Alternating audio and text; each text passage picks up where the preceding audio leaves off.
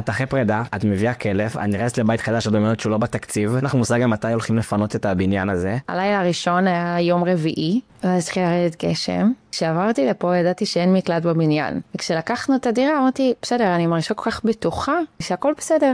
באותו לילה שעברתי הייתה אזעקה ב4 בבוקר. לא מאמין לך. אמרתי, כוס אמא שלי. ואנחנו במלחמה. זה לא שזה היה הכל לאבידה בחוץ. היו הרבה רגעים כזה שישבתי פה על הספה ודמיינתי כאילו, אולי משהו ישתנה, אולי כאילו פתאום דפקו לי פה בדלת. דמיינתי סיטואציות שהייתי בטוחה שיקרו פה, אבל אני מאוד מאוד שמחה שנכנסתי לדירה הזאת. הרבה שאלו אותי, כאילו, אנשים שמכירים אותי, בטח כעס, בטח זה.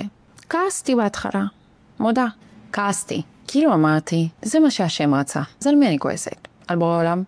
מהר מאוד שחררתי את הכעס. נכון, לא אהבתי את הדרך, נכון, זה הכל טוב ויפה. זה לא אומר שפתאום קיבלתי עכשיו משהו, אבל זה באמת שחרר אצלי איזשהו כעס. כאילו, וכל זמן שאתה אוחז במשהו, הדבר הזה אוחז בך, ולא רציתי את האנרגיה הזאת.